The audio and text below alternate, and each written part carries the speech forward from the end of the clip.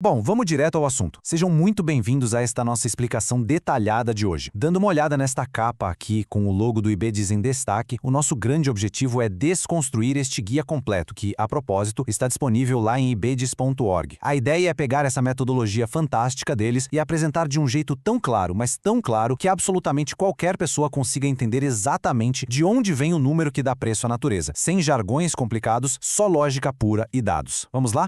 Passando rapidinho pelo nosso roteiro, teremos 6 paradas. 1. O valor oculto da floresta. 2. A solução jurídica brasileira. 3. O que é a CPR verde. 4. A fórmula de precificação. 5. A diferença crucial entre carbono e biodiversidade. E 6. O preço final da natureza. Ponto 1. O valor oculto da floresta, ou melhor, onde o nosso sistema econômico falhou. Pensem bem, historicamente a gente sempre viveu com uma distorção imensa no mercado. Se a gente olhar para a esquerda, uma fazenda desmatada só com pasto era avaliada com um valor financeiro muito maior do que a fazenda da direita, cheia de floresta nativa intacta. E o motivo era tragicamente simples, né? O pasto gera aquela renda imediata, o gado que a gente vê. Enquanto a floresta, para uma economia com uma visão super limitada, não gerava nada financeiramente visível. Mas olha só para essa lista. É óbvio que essa visão antiga ignorava o quadro todo. Uma floresta em pé não é só um monte de madeira esperando para ser cortada. Ela trabalha, e trabalha muito pela gente. Ela purifica a água que chega nas nossas torneiras, funciona como uma esponja gigante retendo chuvas e evitando enchentes catastróficas, é a casa de espécies únicas no planeta inteiro e ainda armazena toneladas e mais toneladas de carbono. São serviços essenciais para a nossa sobrevivência. O grande desafio era como a gente coloca uma etiqueta de preço nisso. O que nos leva à parte 2, a solução jurídica brasileira, os marcos legais que começaram a mudar as regras do jogo. A primeira ferramenta crucial que surgiu foi o PSA, o Pagamento por Serviços Ambientais. Transformado em lei em 2021, o PSA basicamente diz o seguinte: quem conserva ou recupera o meio ambiente precisa ser pago por isso. E esse modelo, tradicionalmente, mede e paga os benefícios por hectare de terra protegida. A segunda ferramenta vital é o mercado de carbono, o nosso SBCE. Só que aqui a lógica muda um pouco. Diferente do PSA, que olha para a área em hectares, esse mercado mede o valor climático usando uma unidade internacional padronizada, a tonelada de carbono equivalente. Ou seja, tínhamos duas lógicas legais muito boas, mas distintas, que precisavam de uma ponte para conversar dentro do mercado financeiro. E é aqui que entra o ponto 3, o que é a CPR verde, o nosso grande título de crédito ambiental. Para unir aquela métrica de hectare do PSA com a tonelada do mercado de carbono, o Brasil fez uma jogada de mestre. Expandiram a tradicional cédula de produto rural e criaram a CPR verde.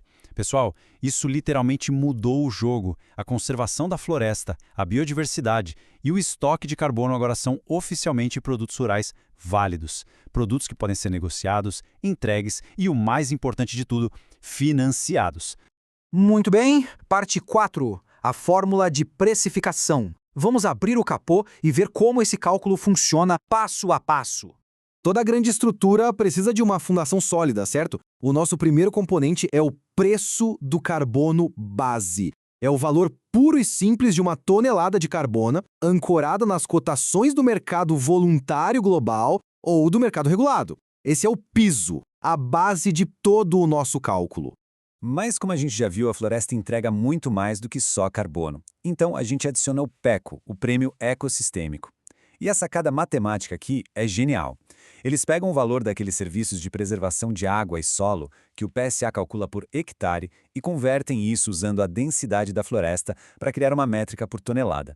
O terceiro elemento nessa conta é o PBio, o Prêmio de Biodiversidade.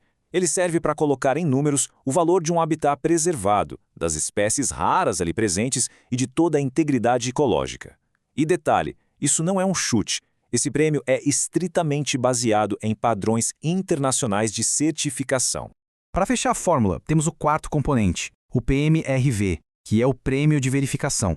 Afinal, para o mercado confiar nesse ativo, ele precisa ser medido, auditado e rastreado de ponta a ponta, de preferência usando blockchain. Então, esse é o custo e, ao mesmo tempo, o valor de se ter uma transparência absoluta.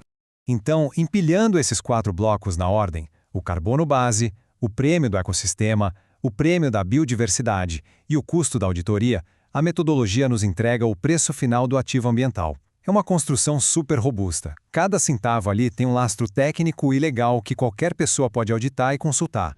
Seguindo em frente, ponto 5. Carbono não é biodiversidade. E fazer essa distinção é absolutamente fundamental. A gente precisa evitar uma confusão que acontece direto no mercado. De um lado, a gente tem a tonelada de carbono. Ela funciona como a nossa moeda. É só a unidade de organização econômica. Do outro lado, temos a biodiversidade. A biodiversidade é a vida real e complexa acontecendo. É o habitat, os animais, a conectividade da natureza. É um ativo ambiental totalmente separado e justamente por isso ele entra na nossa fórmula como um prêmio super valioso em cima do carbono, e não como a mesma coisa.